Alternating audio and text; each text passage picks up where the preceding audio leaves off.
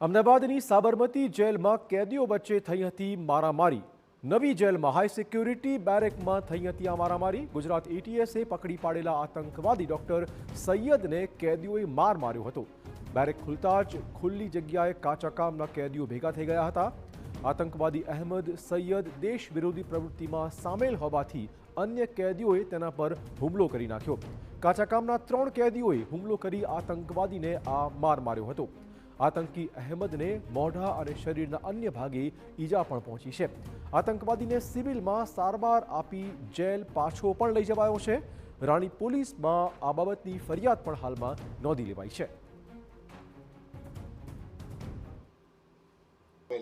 તેઓને બોલાચાલી થતા જે 3 જેટલા જે કાચા કામના કેદીઓ છે જેલની અંદર તેઓએ માર મારેલા છે। માર મારવામાં એમને આંખની બાજુમાં વાગેલાનું જણાઈ આવેલ છે અને મૂઢ માર મારેલો છે।